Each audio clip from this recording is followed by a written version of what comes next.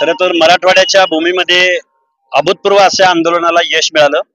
पश्चिम महाराष्ट्रामध्ये आम्ही पहिल्यांदा आपल्या ऊर्जा स्थळांना म्हणजे सावित्रीमाईंच्या जन्मगावी नायगावला, त्याचबरोबर नरवीरराजा ओमाजी नायकांच्या जन्मगावी भिवडीला आणि मल्हारराव होळकरांच्या जन्मगावी होळ मुरुमला आम्ही गेलेलो होतो. तिथंही उत्स्फूर्त पुणे आणि सातारा जिल्ह्यातल्या लोकांनी स्वागत केलं.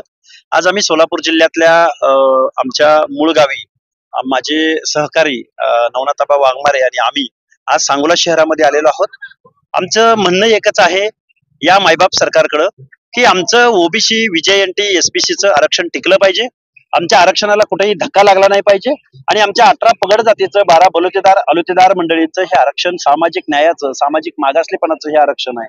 सगळ्या सोयऱ्याचा अध्यादेश या महाराष्ट्रात निघाला नाही पाहिजे.